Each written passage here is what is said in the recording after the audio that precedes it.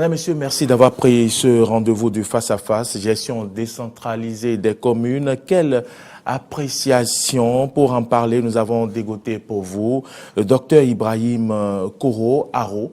Il est enseignant-chercheur, il est enseignant, bien sûr, consultant en intégration régionale et développement. Bonjour, docteur Aro. Oui, bonjour, monsieur le journaliste. Merci d'avoir accepté notre invitation. Vous êtes également expert en développement local et expert certifié en administration des affaires. C'est au titre de expert en développement local que nous vous recevons aujourd'hui sur ce plateau. Dites-nous, docteur Aro, nous vous recevons pour la première fois. Rapidement, vos impressions déjà. Oui, c'est un plaisir pour moi. Je vous remercie. Très bien. J'en profite pour remercier et dire bonjour à tout le peuple béninois et à nos téléspectateurs et auditeurs, ceux qui nous suivent bien sûr sur la radio Diaspora. Merci pour le travail gigantesque que vous accomplissez pour le développement de ce pays. Merci, docteur Aro. Dites-nous qu'est-ce qui a changé entre la gestion des communes sous le régime du changement et le régime de la rupture, puisque vous êtes expert en développement local. Bon, je vous dis déjà que beaucoup de choses ont été faites. Sous le changement, également sous la rupture.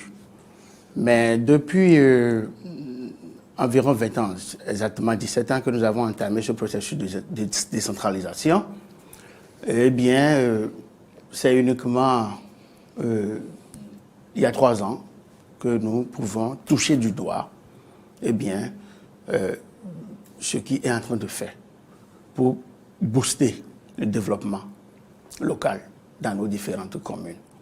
Parce que les communes, jadis, avaient été gérées d'une manière pas du tout orthodoxe. La gestion au niveau des communes, avant la rupture, n'était pas du tout bien. Quels sont les éléments d'appréciation qui vous permettent de le dire? Écoutez, il y a tellement de domaines dans lesquels les choses ont été très mal gérées, passant par le développement local, par le foncier, par la gestion des ressources humaines, la gestion des ressources financières.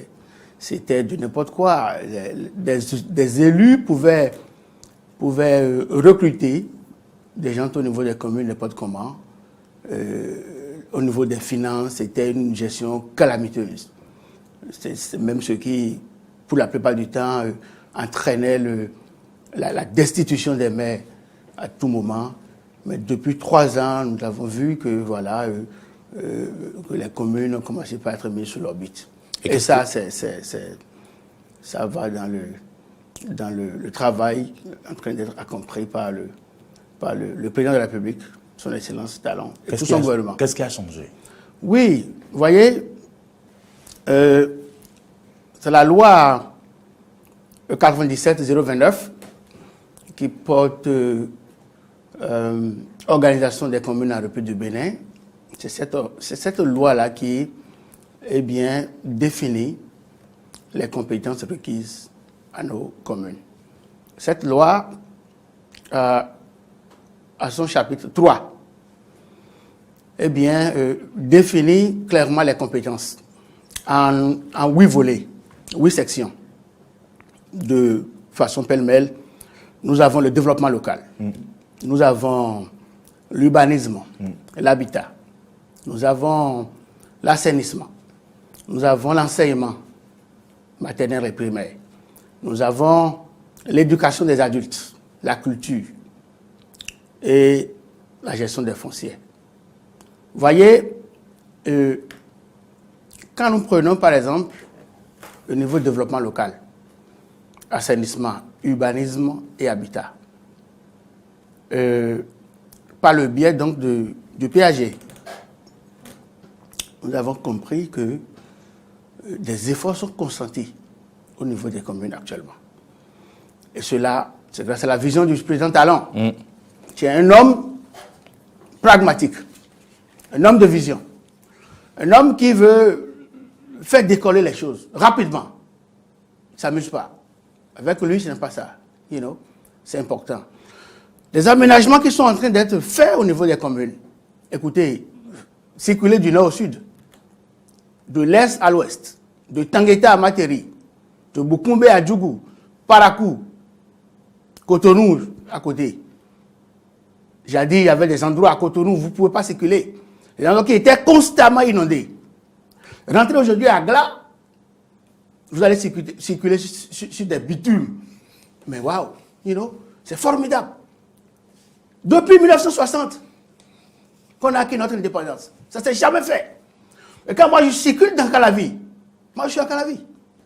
Les week-ends, quand j'ai le temps, je me promène, je marche. C'est pareil qu'il faut marcher pour mieux vivre. Et quand je marche, j'ai le temps de constater les travaux entrepris au niveau de cette commune-là. Parfois, je tombe sur des travaux, je dis, mais c'est quoi cette trou vous êtes en train de creuser au beau milieu des voies? On dit non, mais voilà, que là, c'est l'aménagement, que c'est des trucs qui devraient être faits depuis 60 qui n'ont jamais été faits. Voyez? Donc les travaux avaient été conduits au niveau des communes. C'est des marchés qu'on donnait à ses camarades, à ses voisins, à ses amis politiques. C'est des travaux de très mauvaise qualité. Aujourd'hui, des pavés, des rues bitumées sont partout dans toutes nos communes. D'accord? Alors, prenez le volet, même à Calavi. Quand vous rentrez dans Calavi, le côté est de Calavi, vous voyez les zones comme à Gamaldin, Tokwa Zungo. C'est des voies qui sont actuellement praticables. Et ça, là, c'est grâce à qui? Grâce au PAG. De qui? Du président Tanos et ses collaborateurs. Prenons le volet foncier. D'accord? Actuellement, la gestion qui est en train d'être faite du foncier au Bénin est formidable. Parce que vous le savez, à Calavi par exemple, il y avait toujours des conflits domaniaux, des conflits au niveau du foncier. Mais depuis 3 ans, c'est fini ça. C'est terminé. Quand vous prenez une parcelle aujourd'hui à Calavi, vous pouvez directement aller vous enregistrer au niveau de l'agence du domaine des fonciers. Avant de revenir à la mairie, faire les formalités. Et désormais, c'est le maire qui signe les conventions. Ça permet, de faire entrer des recettes dans la caisse de l'État. Les caisses de recettes sont réparties et une partie envoyée à la commune après. Ensuite, vous payez les redevances. Il y a la taxe sur les fonciers. Les gens ne payaient pas ça. Notamment les taxes sur les fonciers non bâtis. Les gens ne payaient pas ça. Mais grâce à ce système-là maintenant, avant que vous n'ayez un acte foncier, vous êtes obligé de payer ces taxes-là minimum sur 3 ans. Mais avec les recettes, ça permet de faire avancer les choses. Mieux, vous comprenez, parfois on dit que au Bénin qu'il y a tellement de problèmes au niveau des communes parce que les maires étaient destitués à tout moment. Mais les problèmes existent, puisque les communes manquent d'infrastructures. Non, je vous le dis, grâce à ce système de gestion, d'accord, d'assainissement, des finances locales, désormais, il y a un guichet unique qui centralise toutes les opérations au niveau des communes. Que vous soyez agent ou élu ou pas, vous n'êtes plus en contact avec la liquidité. Ça limite les problèmes de détournement. Ça limite la corruption.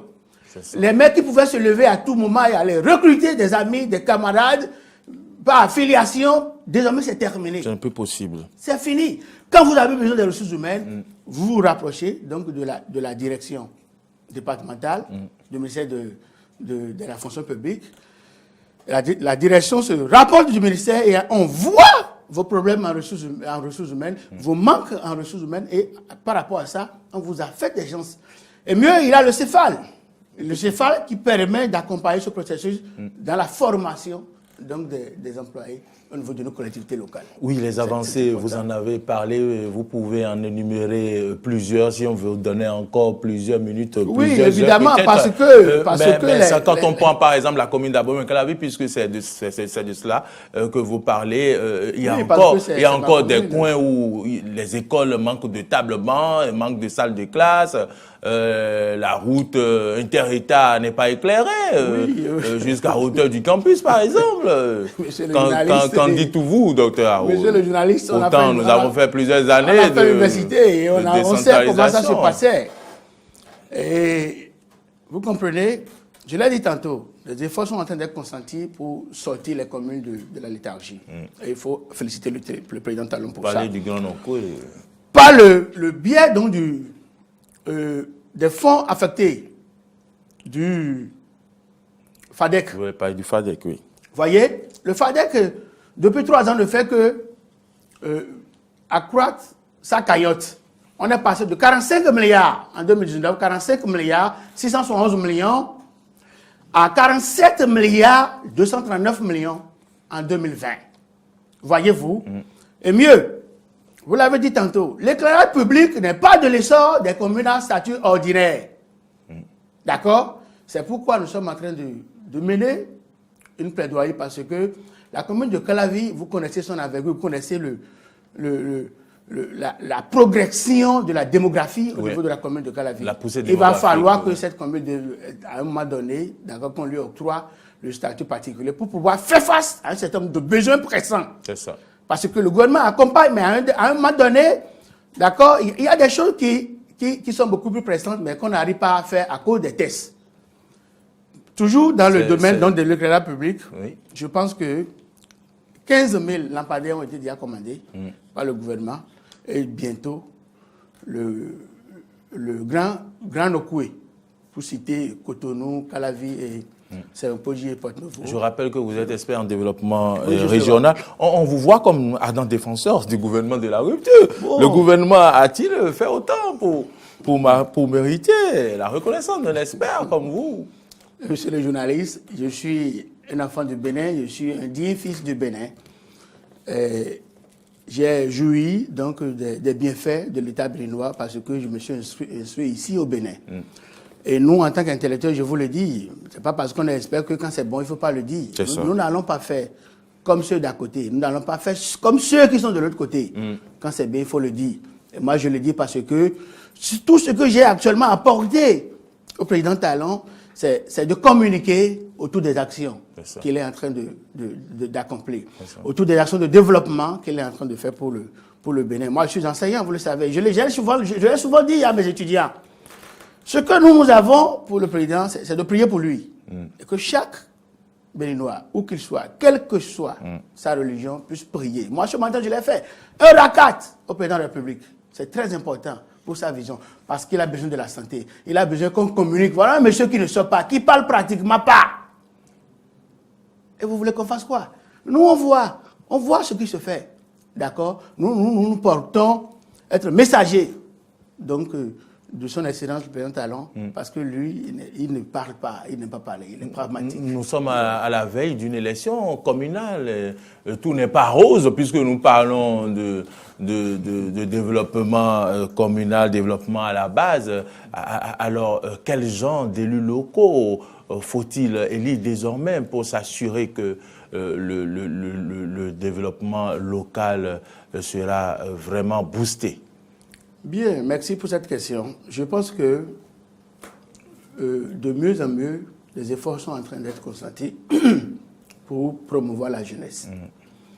Vous avez le temps de constater que depuis l'avènement de la rupture, depuis l'arrivée donc du président Talon, qu'il y a beaucoup de jeunes qui sont en train d'être promus à des postes de responsabilité. Et je crois que c'est ce qu'il faut faire désormais. Aussi, pour les élections, il faut positionner les jeunes. Il faut mettre les jeunes sur la liste. Il faut composer avec les jeunes. Parce que parmi les jeunes, il y en a qui sont très bons. Il y en a qui peuvent faire l'affaire, qui peuvent faire le job, comme l'a dit le président Talon. Donc, avec la jeunesse, on peut beaucoup de choses. Oui, on a besoin des anciens, mais il faut, il faut qu'on les aide à partir. Il faut qu'on... Oui, on a eu le temps d'apprendre déjà. C'est ça. Donc, il faudrait que le président Talon, ses collaborateurs puissent compter sur cette jeunesse béninoise, une jeunesse de qualité, qui a tout ce qu'il faut, d'accord, pour l'accompagner dans le développement de ce pays. Et j'en profite pour vous dire que... Votre mot de fin, comme mot de fin, le temps passe vite. Mon mot de fin, oui, mon mot de fin, Eh bien, ça passe très vite là. Hein. Oui, vous avez dit, vous en profitez pour nous dire.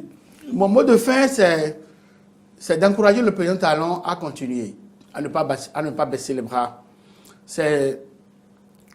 Tout à l'heure, avant de venir ici, j'ai suivi sur une chaîne internationale quelqu'un qui disait que le président Talon, que c'est un bel exemple qu'il faut suivre, que tous ces pères en Afrique doivent suivre.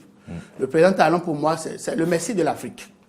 You know? Celui-là qui est arrivé pour sortir le peuple africain de la servitude.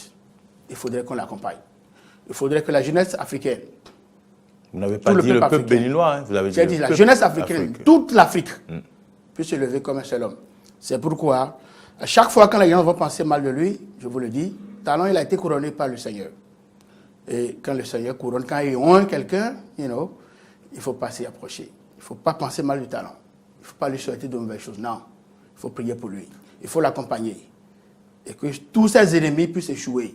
Que ceux qui lui tendent des pièges puissent tomber dans leur propre piège. Parce que Talon, c'est l'homme qu'il faut pour ce Bénin et pour l'Afrique. Vous l'avez dit, docteur Ao, vous êtes venu nous parler de la gestion décentralisée des communes. Vous avez donné votre appréciation. Et mesdames, messieurs, nous avons reçu pour vous docteur Ibrahim Koro. Ao, il est enseignant consultant en intégration régionale et développement. Il est également expert certifié en administration des affaires. Il est expert en développement local. Docteur Ao, merci d'être venu. C'est un plaisir pour moi. Voilà, mesdames, messieurs, c'est la fin de ce face-à-face. J'espère que vous l'avez aimé, vous l'avez suivi avec beaucoup d'attention. Merci à vous et bonne suite avec Natacha Kofi.